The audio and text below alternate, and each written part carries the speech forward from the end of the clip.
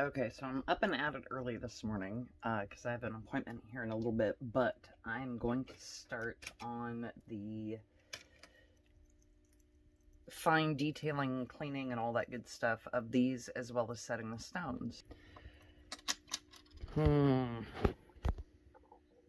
This is what I use in my studio for grinding, cutting, anything like that. It's a fish tank set sideways, and I've cut holes in it for my hands to go in and for my Fordham to go in there.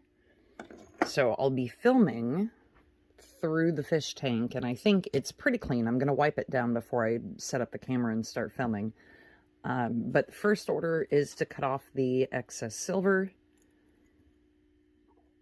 with just a cutoff wheel with the Fordham. So little thin cutoff wheel. You can also use a jeweler's saw. I'm a little lazy for that, so I'm just going to use the cutoff wheel. Alright, in goes my Fordham and my piece.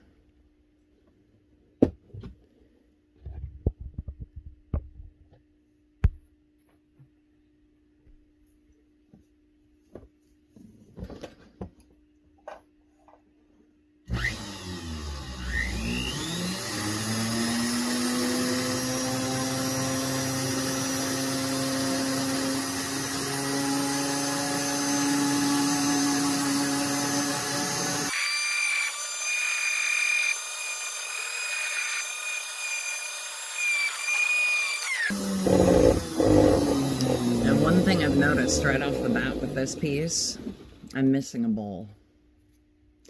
So I'm going to pause the video and actually go get a ball, solder that on real quick, and then continue with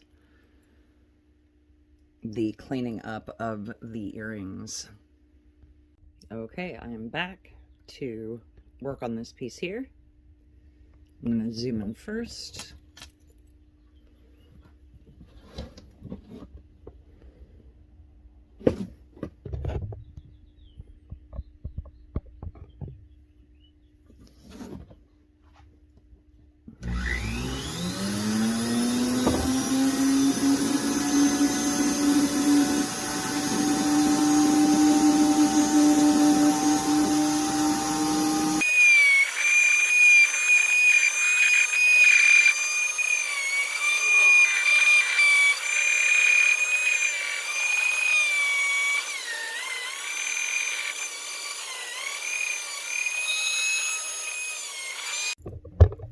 Okay, here are the two pieces. As you can see how much I cut off of this. As you can see, they're like, it's not perfect by any means, and I've got some grinders to get it a little perfect. This one now I will cut around.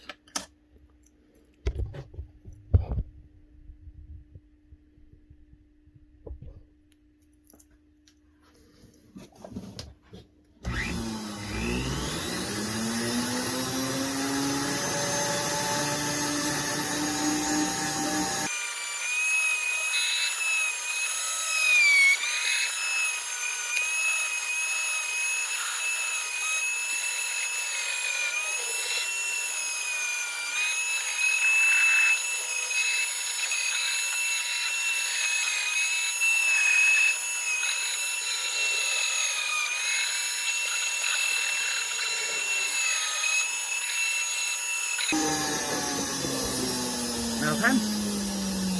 The other one all trimmed out.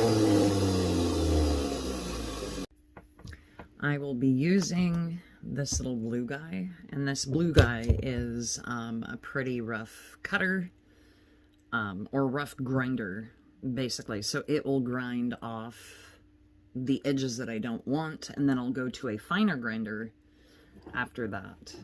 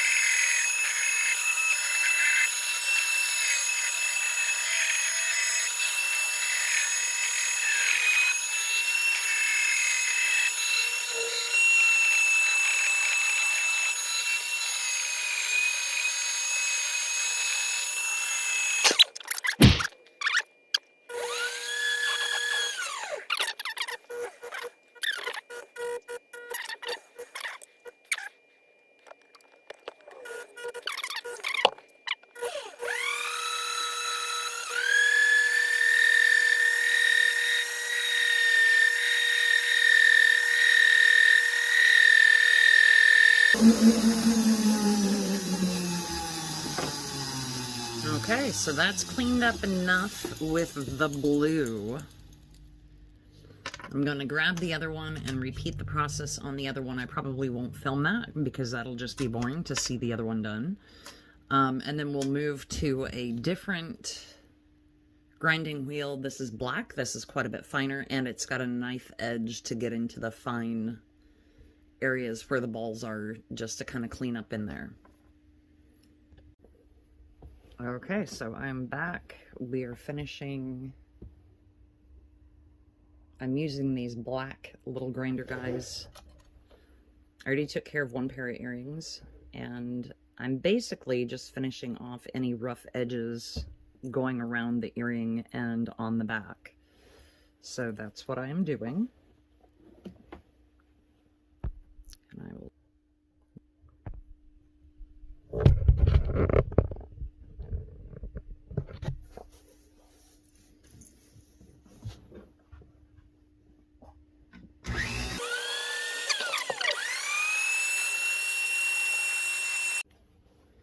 Okay, so time for the liver of sulfur treatment. This is liver of sulfur. This is hot water, and it's hot water, but it's stained because the inside of the cup has been stained. And I will put just a hair of liver of sulfur in there. Mix it around.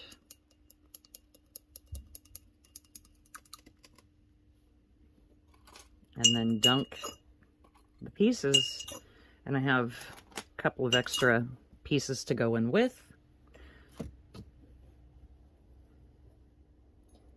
And just give them a minute. You can brush them on too. Usually I'll do that. Ooh, look at that. That treated really quickly.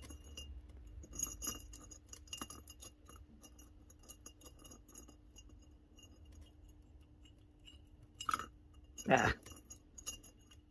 I need to get a set of tongs. So, that treated super quickly. I honestly, because this piece, we're going to end up buffing out 99% of this. The dark areas will just be in the creases here. I should have just brushed this on so that I'm not having to buff everything all over again, but that's okay.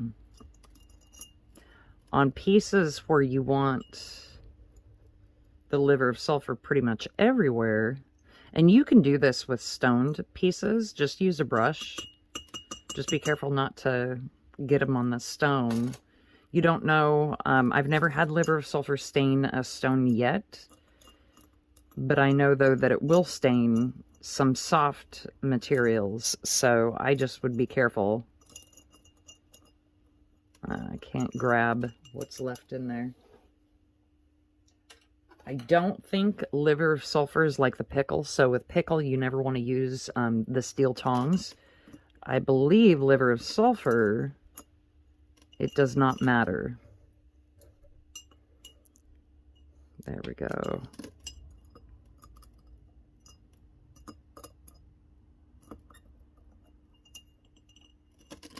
Okay.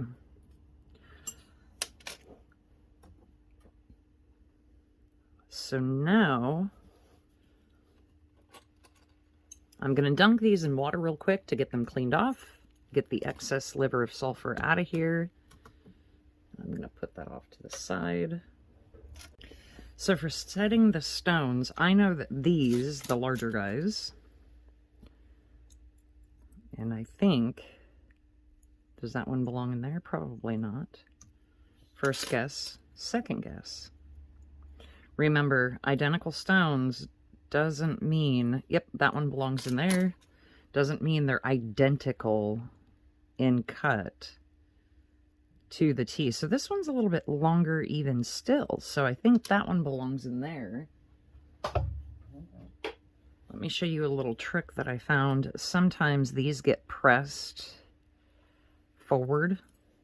So what I do is I take this and press out the little teeth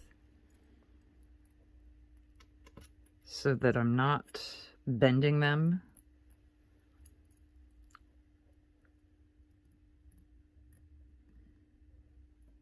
There we go. Let's check this cab. Even though it fits in that one. Yes, okay, this cab is for this one. And I can tell it's just snug enough. This cab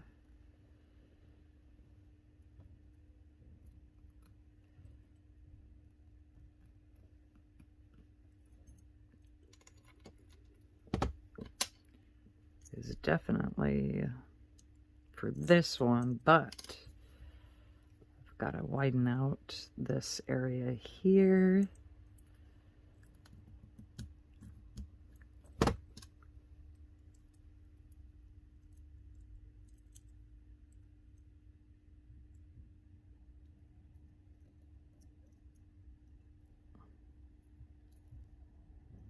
Just snug enough. Okay. Now these ones, because they are so snug, I'm just going to do a press fit on these because these are not going to pop out. These are so snug. And I'm not going to do glue on them. They're earrings. Earrings normally, you don't need glue. This one's not pressing in all the way, but there we go. You want to be careful with Royson because it is a softer stone. Yeah, these won't fall out. Okay, so those are set. What I like to do is go around the edges and press in the bezel before I move on to the next one, so I'm not forgetting to do it. Just be careful that you don't mark your stone while you're doing this, because I've done that before and that just sucks. Like, the tool will actually make a mark on the stone.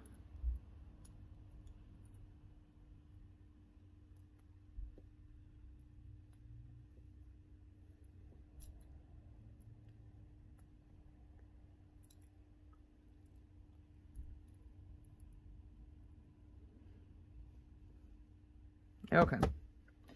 And then I just take any tool, any thin thing that I can find to press the rest around.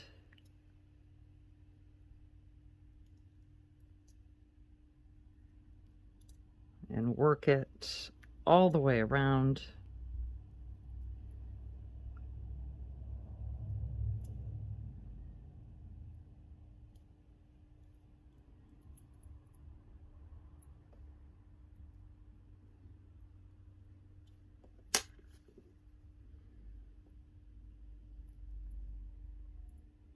Okay, that one looks good.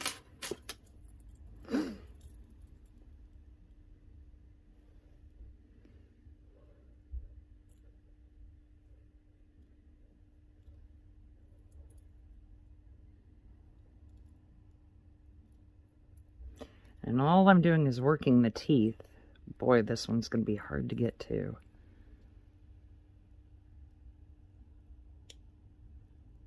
Yeah, I really need a razor blade. Even this thing's not thin enough to fit just between these other teeth.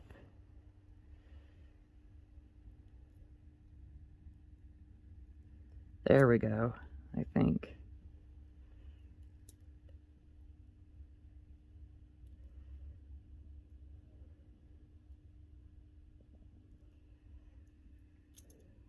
Yep, there we go.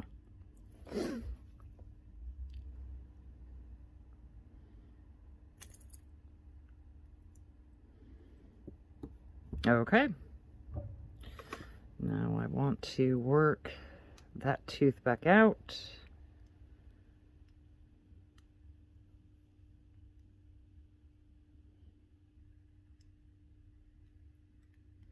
I'm going to widen these guys just for good measure.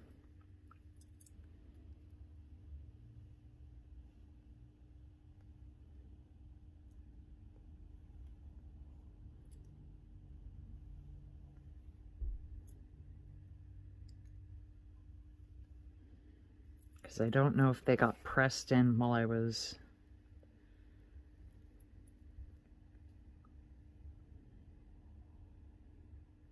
Okay.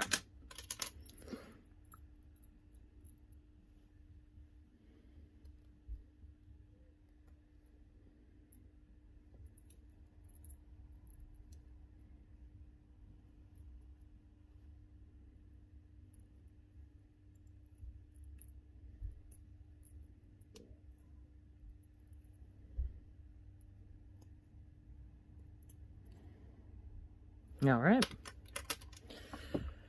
So I know that these little round guys don't sit up high enough, or high enough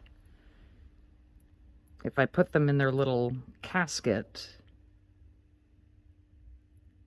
Well, actually, these little round guys fit pretty well.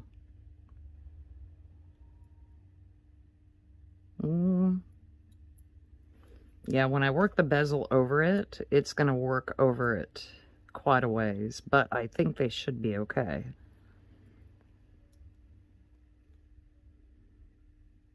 The little teardrop ones, those are not thick enough. I know that. I've got to support them somehow.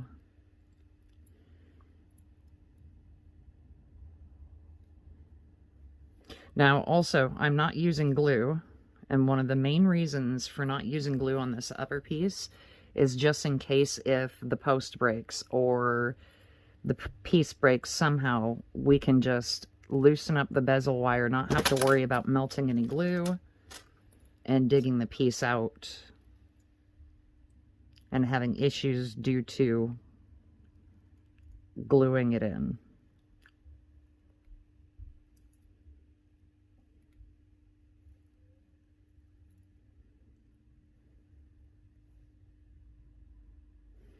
Okay, so that one's good to go. Yep. That one's good to go.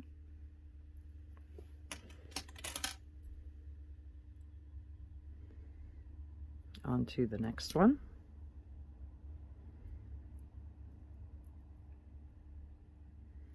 And I want to make sure it sits in there evenly because this is such a tight fit. If I don't make sure it drops in evenly the first time, it'll be a bear to dig this out.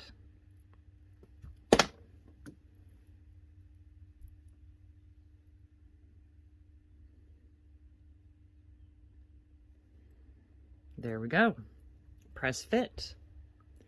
Pressed it in. See how the bezel wire actually stands up quite a bit taller than the stone? So for the little guys, I'm going to prop those up a little bit. And I'll show you how I do it. I know that there's material you can buy for it. I don't buy material. I just use napkins. Seems to work for me.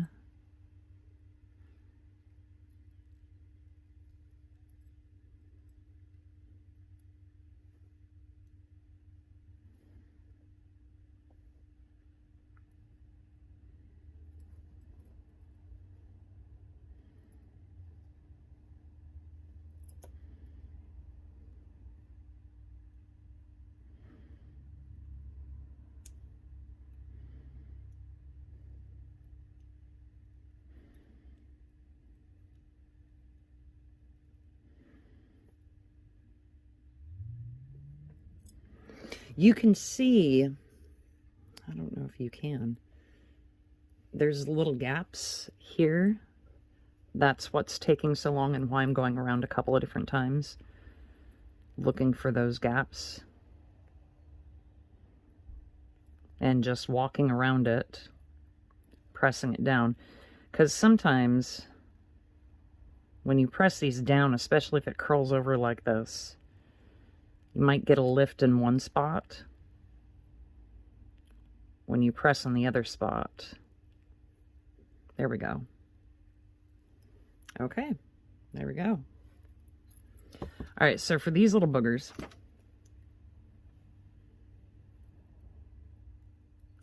I want to open these up just a little bit more because I definitely don't want to get these stuck. I know that these guys are going to drop in too far. So I take a little piece of napkin.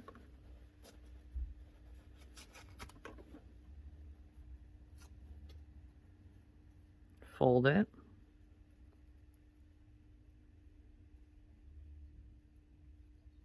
Maybe 4 times.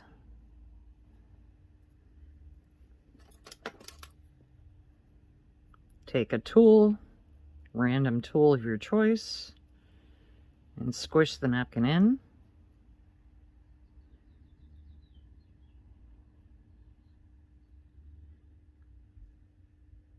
And the reason why I use napkins, you can see how that lays in there nicely, is it's a very squishable material.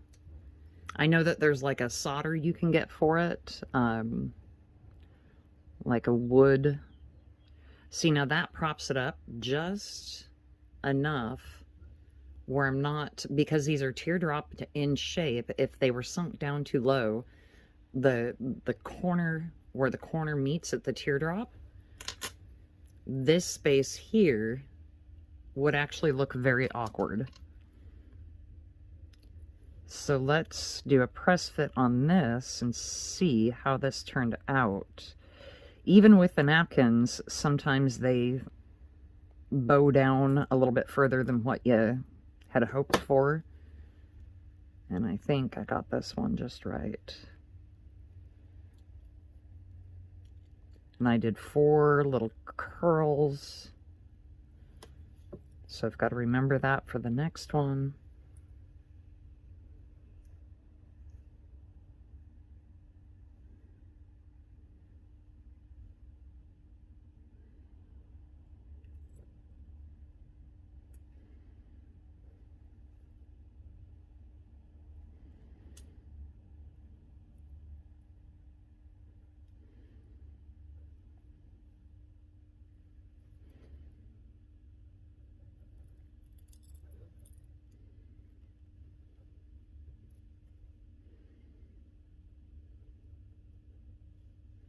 Okay, on to the next one.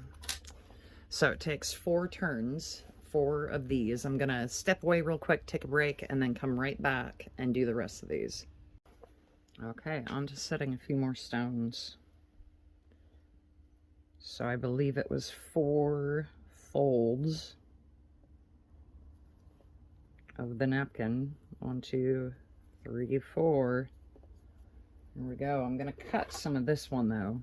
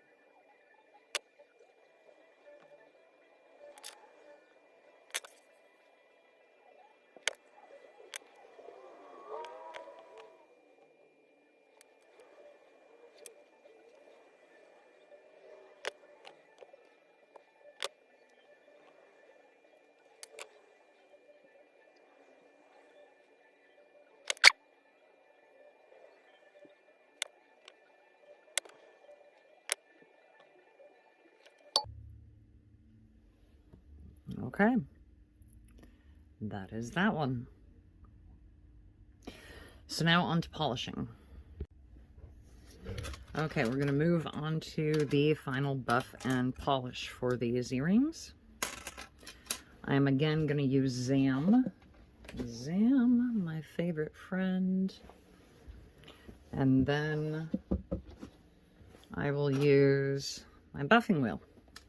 Remember, this is a soft buffing wheel.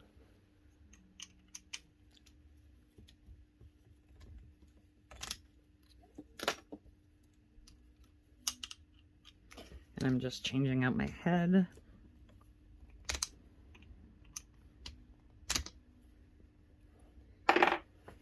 Okay.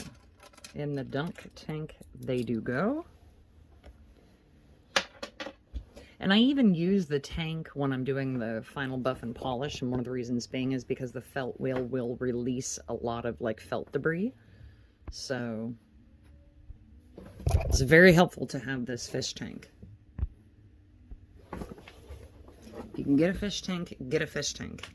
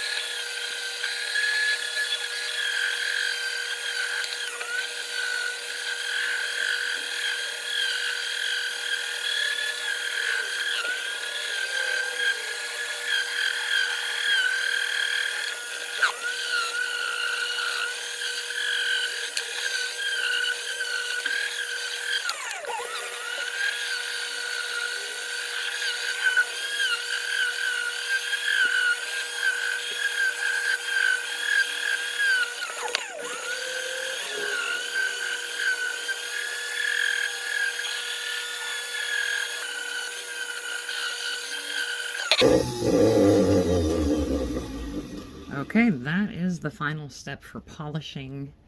So to get all this gummy black stuff off from the Zam, I use hot water and dish soap and a toothbrush. That will get it off pretty quickly. So I'll be back out once I wash these. Again, warm water, a toothbrush, dish soap. Don't worry about getting Zam on your stones. This is actually how I polish my stones, is by using the Zam. Zam will actually give your stones a nice shine to them. There are some porous stones that will, you know, absorb the black debris. So just keep that in mind. Turquoise, though, this kind of turquoise usually is not very porous. This might have a couple of pores that take on a few things, but it's got a pretty good shine to it to begin with. So anyway, I'm going to go in and wash these. Okay, so these are them finished and polished. Let's get them to hang right.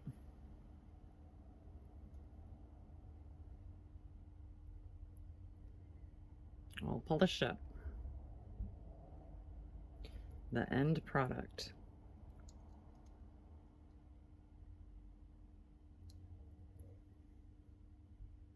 Hope you enjoyed the video.